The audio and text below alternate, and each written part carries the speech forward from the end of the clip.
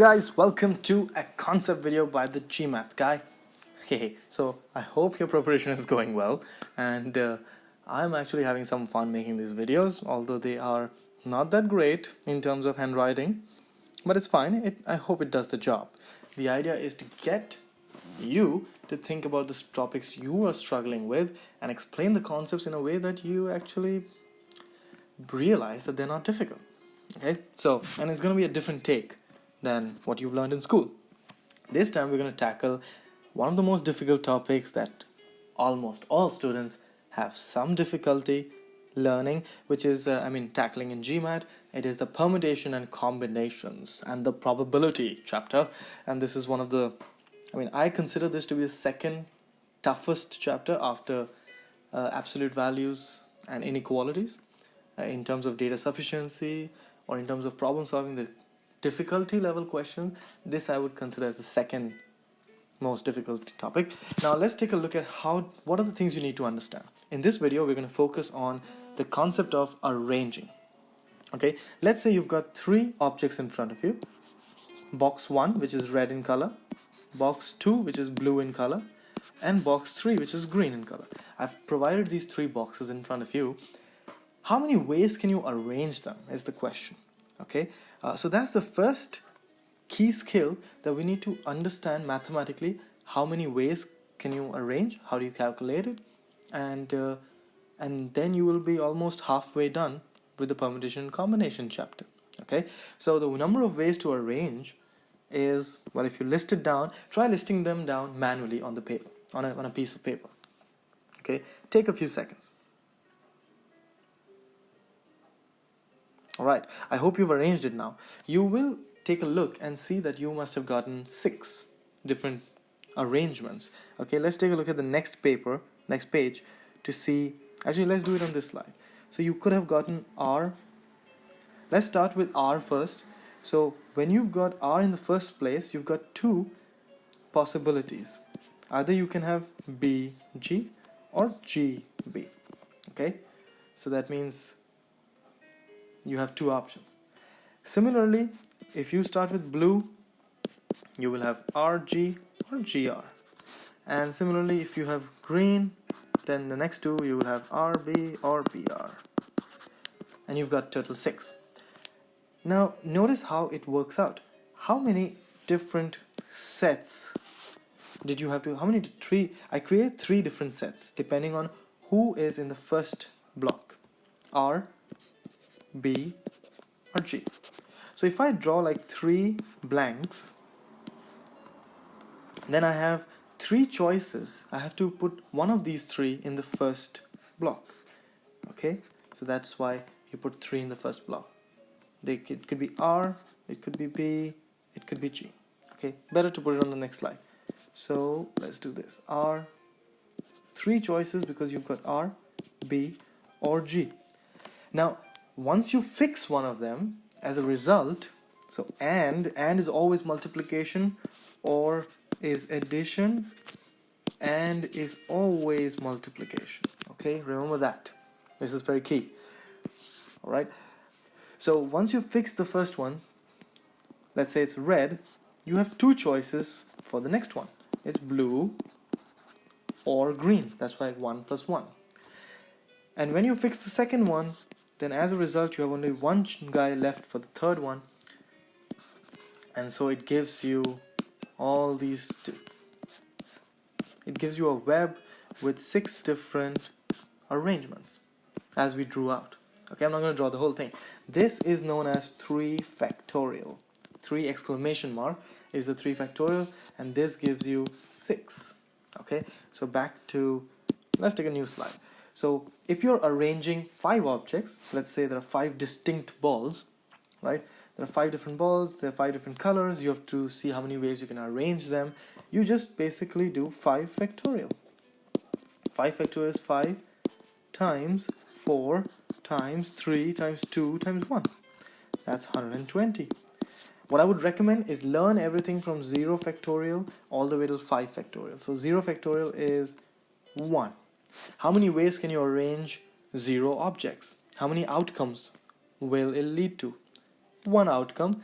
things will stay the same because you didn't arrange anything, right?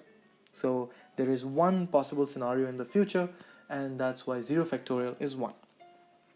1 factorial is 1. How many ways can you arrange one object? You can arrange it in one way. 2 factorial is 2. 3 factorial is 6. Look at how they build up on each other. 4 factorial is 24. And 5 factorial is 120. If you know these 6 numbers, it will help you calculate much faster. Alright, let's do an example. Just to conclude this concept video, I'm going to give you a small example of how to think and how to use this exclamation mark, this factorial function. Let's say I tell you there are 5 people, okay? Their names are Adam, A, B, C, D, E. Okay, and they're going to go stand in the queue to buy movie tickets. Okay, so they have to stand in a queue.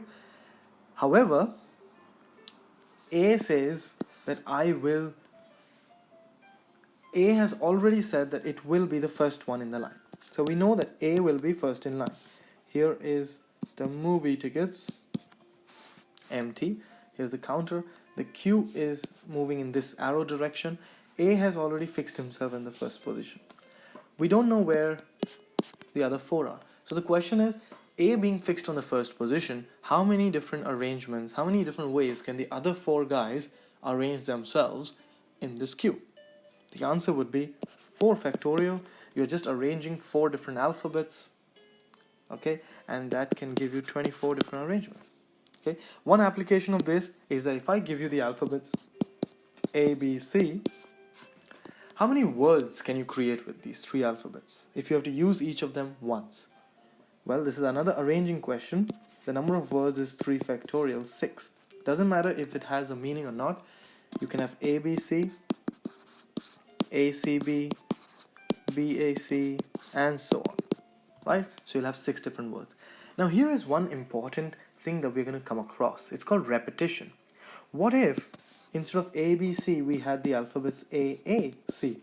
So remember earlier I was saying if you have 3 unique different colored distinct balls and you have to arrange them, or you had 5 distinct balls and you had to arrange them, but what if the objects are not distinct?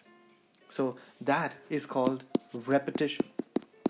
Okay, this is one complex scenario which happens, one complication that can happen when you are arranging objects, because when you arrange them, and if 2 objects are the same, then you don't get a different arrangement. For example, if you have 2, let's say green balls, both AA, okay, and you have to arrange them, even if I exchange their positions, I still get the same arrangement. I can't distinguish. It's not a different arrangement. It's just 2 green balls, one after the other. So that's where repetition kind of reduces the number of arrangements you can possibly have. Okay, so how do you work around this? So what happens is that let's call this A1 and A2. If you look at A1 and A2, you will see that when I list out all the 6, I'll get A1, A2, C, A1, C, A2, A2, A1, C, A2, C, A1, C, A1, A2, C, A2, A1. These are 6 arrangements if you had done 3 factorial. Now let's take a look at which ones are the same. A1, A2, C is the same as A2, A1, C. It's the same word. Why is it not repeating any more times? Why is it repeating 2 times? Similarly, AC, A1, ACA is also repeated twice, and CAA is also repeated twice. Each of these are repeated twice. Why is that? You will notice that the word repeats whenever A1 and A2 exchange their positions. So what happens is that your factorial function, which is the factorial function, the 3 factorial function, is like a computer program. It doesn't understand that 2 A's are the same. It just looks at 3 objects, object 1, object 2, object 3, and every time it arranges and changes the position, it gives you a different position, a different word, a different arrangement, and it tells you there are 6 different arrangements using these 3 objects or these 3 alphabets. But as an output, we understand that A1, A2, C is the same as A2, A1, C. Okay, every time you are getting A1 and A2 exchanged, how many ways can you arrange A1 and A2 amongst each other? 2 factorial. So each word will repeat 2 factorial times, which means 2 times in the total count. That's why what we do is to calculate the unique number of words that can be created by the alphabets AAC, we do 3 factorial because that's the total number of words, distinct or non-distinct, that will be created by the factorial function using these 3 objects. And then out of this list of 6 words, or how many ever words we get depending on 3 or how many alphabets we have, if each of them is copying twice 2 factorial times, then we just divide it by 2 factorial and we get the number of unique words.